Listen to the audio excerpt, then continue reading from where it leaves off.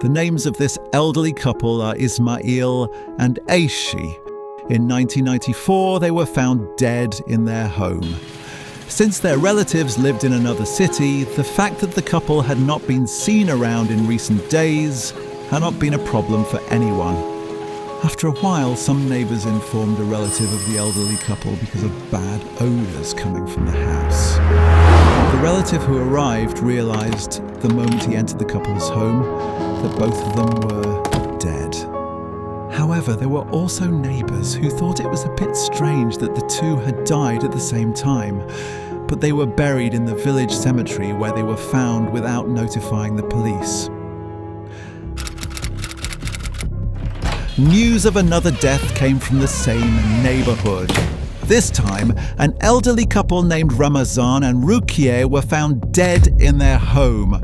Again, an elderly couple and the same street. The situation had begun to take on a strange turn. Their relatives called the police the moment they saw the deceased elderly couple because there was something odd about the way they had died. Their faces were covered in blood. The sorrow caused by the death of the elderly couple had given way to fear. And this fear was not limited to the neighbourhood residents.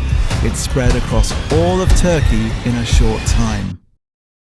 Because the police teams who examined the crime scene found 3 nails, approximately 12 inches long, driven into the victim's head area. 2 of the nails were in the eyes and the last nail was in the forehead. It was a blood-curdling sight. As the news spread, the terrified neighbourhood residents could not make sense of what they were experiencing. Who could have killed these people who had harmed no one, and why?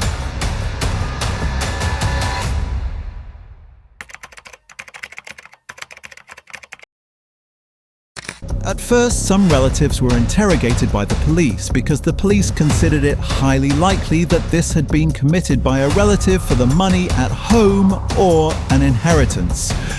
Each relative of the elderly couple who was interrogated proved to the police where they had been at those times, and the suspects decreased one by one. The press had risen up across the country because someone or some people were committing these brutal murders and continuing without being caught. After the incident spread to the national press, law enforcement tightened controls, ensuring checks especially in this village located in Turkey's city of Denizli, as well as on nearby highways and at district entrances. At that time, the lack of widespread security camera recordings neither in Turkey nor in the world made the situation even more difficult. After a while, the villagers who had come to believe that the checks being carried out were yielding results received a shocking piece of news in the evening and were utterly horrified. Another person from the same village had been found dead in his home. People living in the area hurried to their homes trying to secure themselves and their loved ones, because judging by the general security checks being conducted, this was a serial killer. And he was someone from within their small village. The police and medical experts quickly went to the scene where the last victim was found, and when they entered, the view was a copy of what they had seen with the previous elderly couple. Yes, this was a serial killer, and it was clear that he had driven 3 of his signature nails into his male victim, leaving him in a pool of blood. But at that moment, a miracle happened. While one of the medical team was examining the victim whom he thought was already dead, he realized he could feel a pulse. They immediately began a superhuman effort to stabilize his condition, because considering the initially deceased couple Ismail and Aishi as well, a total of 4 people had been killed. 1 had been saved with severe injuries, and he would be the one to shed light on these fear-filled murders.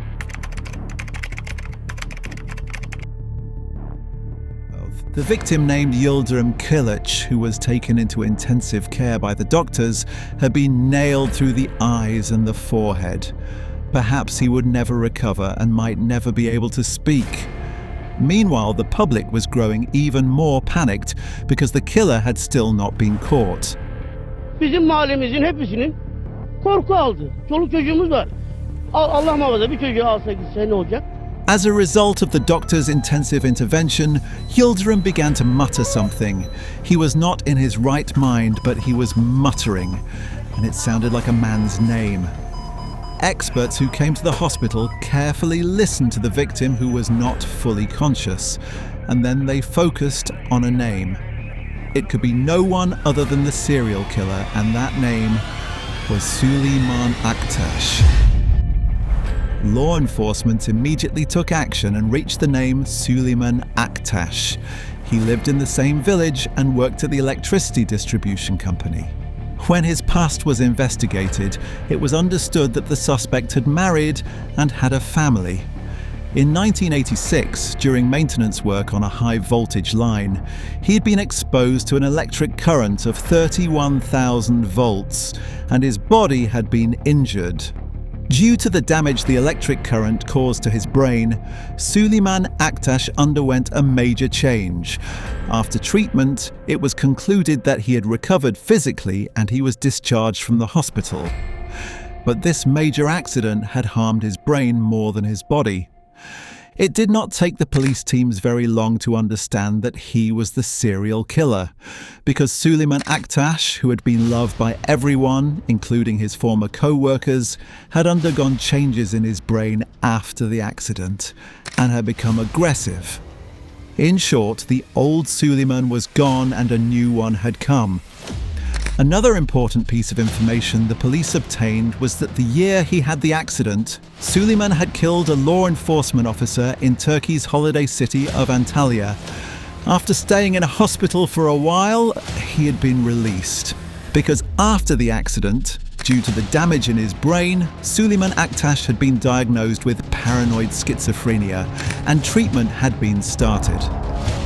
The laws of the time stated that psychiatric patients of this kind could not be held responsible for the crimes they committed, that they would be hospitalized and treated, and then, as if nothing had happened, released back among the public. And after completing his treatment, Süleyman returned to his village, but no one suspected that he could be the one doing these things, because there were no signs of forced entry in the houses the killer entered. His ability to get in easily increased the likelihood that he was someone known and liked by his victims. In fact, the killer had had a drink and even chatted at a cafe during the day with his old friend Yıldırım. When he went home in the evening, the victim let him in without any resistance. Süleyman Aktaş, who was quickly caught by the police, was taken into custody and confessed to his crime. Nearly a week had passed during the interrogation, and in this time two major developments occurred. First, Yıldırım Kılıç, who'd been rescued in critical condition and whose survival had led to the capture of the serial killer Süleyman Aktaş, died. The second major development was the revelation that the couple Ismail and Ayşe, who had initially been found dead in their home and thought to have been poisoned by something they ate, had also been killed by Süleyman Aktaş. Police teams immediately opened the graves of Ismail and Ayşe, and as a result of the examination, it was noticed that there were nails in their foreheads. Because their relatives, thinking the elderly couple had been poisoned by what they had eaten, believed they might have lost their balance, hit their heads somewhere during the fall, and that the blood which had flowed and dried over time might have been due to this. But the main question, more than these brutal murders themselves, was why Süleyman Aktaş had committed them, and what the legal penalty would be this time for the serial killer who had previously been released because of the earlier murder he committed. The possibility of his being released increased the panic in the village where he lived. Among those who spoke to the national press of the time, there was one person whose statement was very interesting. Ben şimdi girmiyorum, köpeğe yediriyoruz, köpek kaçıyor. Abi köpekten kaçıyor. Hasan Aydın öldürmeye vardığında karşısına köpek çıkıyor. Gündel atıyor. Köpekten korkuyor. Yalnız bu içeride yaktığım dışı bir rahat. Bu buraya gelirse The man who gave a TV interview was planning to adopt a dog because the serial killer Süleyman Aktaş had a strange phobia. Dogs. Yes, because of his fear of dogs, even one attempted murder had failed.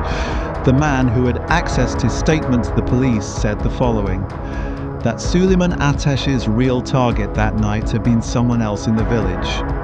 Just as he was about to reach his target, he got scared by the sound of a dog coming from the yard and left there, then killed the couple Ramazan and Rukiye. For this reason, people who were seized by fear believed that keeping a dog would keep the serial killer away from them. Of course, what was feared happened, and Süleyman Aktaş was sent to a psychiatric hospital instead of prison. But his being under treatment there did not reassure anyone, because in interviews he gave with some members of the press at the time, Süleyman said he missed his village and wanted to return there when he got out, and he recounted his memories with some people. Korkmasınlar, şüphelenmesinler, hiç korkmasınlar. Böyle diyorlarsa ben o zaman köye gitmem. Ben son derece uygarlıktan. Ben uygarlıktan yanayım. Siz nasıl kendinizi hissediyorsunuz? Böyle bir ay buraya gelebilir misiniz? Evet, böyle. Ben aynı sizler gibi sıradan biriyim. Şimdi orada benim bir İbrahim dayı vardı, Topalı İbrahim amca. O benimle dalga geçti. İşte falanca yerde garı var, sende iş yok falan öyle şeyler de takılır bana o. Ben de ona bahse girerim. İşte iş var mı iş yok mu hadi bakalım diye. 66 oynarız onu yenerim. Yenince amuda kalkarım. Eğer o kalkarsa ben ona işte daha çok gazoz ısmarlayacağım. Veya kahve ısmarlayacağım. Ben amuda kalkabilirsem de o bana ısmarlayacak. Ismarlıyordu genellikle o. Böyle oluyordu. Başka bir şey yok yani. Severler yani beni köyden. The press, for its part, was trying to learn why Süleyman had committed these serial murders. And during one interview, the following sentences came from the mouth of Süleyman Aktaş. Televizyona baktım. Sayın Başbakan, Sayın Murat Karayalçı, böyle orada bakanlar var falan. Oradan bana sinyal verdi. Tamam bugün olacak bu dediler. 9'u buldum. 9'u buldum. Bugün olacak bu iş dedim. Beklemeye başladım Bodrum'da. The villagers who were following all these developments were very disturbed by the situation, but there was nothing anyone could do. After a while, a shocking piece of information reached the village.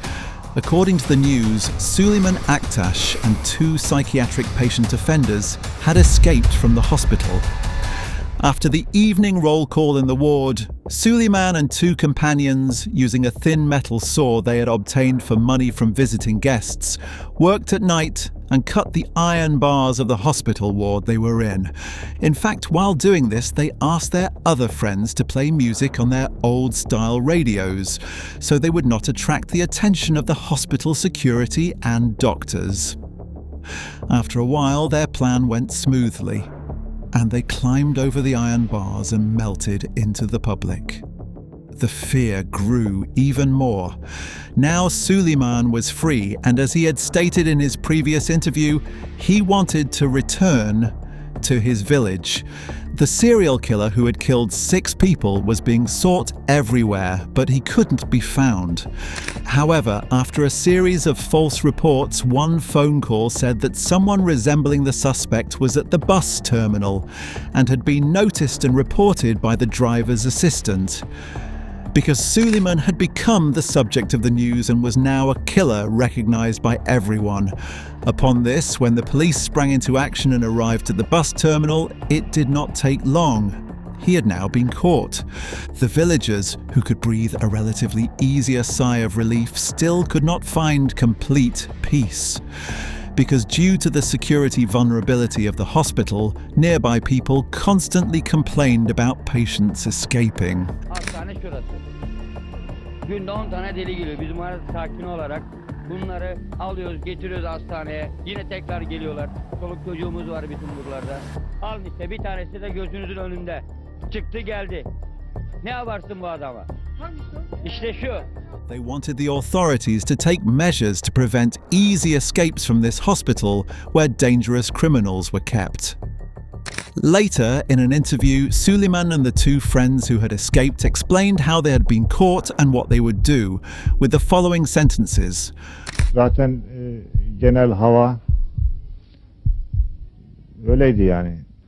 İmkan olursa kaçılır şeklindeydi. Ben buradan otobüse binip İzmir'e gidecektim. İzmir'den Denizli'ye otobüsle gidecektim. Fark etmez, tedirgin olsunlar. Ben onlarla görüşmezdim. Birkaç gün gizli kalırdım. Ondan sonra da gelirdik zaten buraya. Kınarımı özledim. Eşim, çocuklar vardı. Süleyman Aktaş is still receiving treatment in a psychiatric hospital and is now 75 years old. This was the story of a serial killer who turned into a monster due to an accident he suffered. If you like the content, don't forget to subscribe. I want you to know that with your support, our community grows stronger and the continuity of the content is ensured. Until the next episode, goodbye.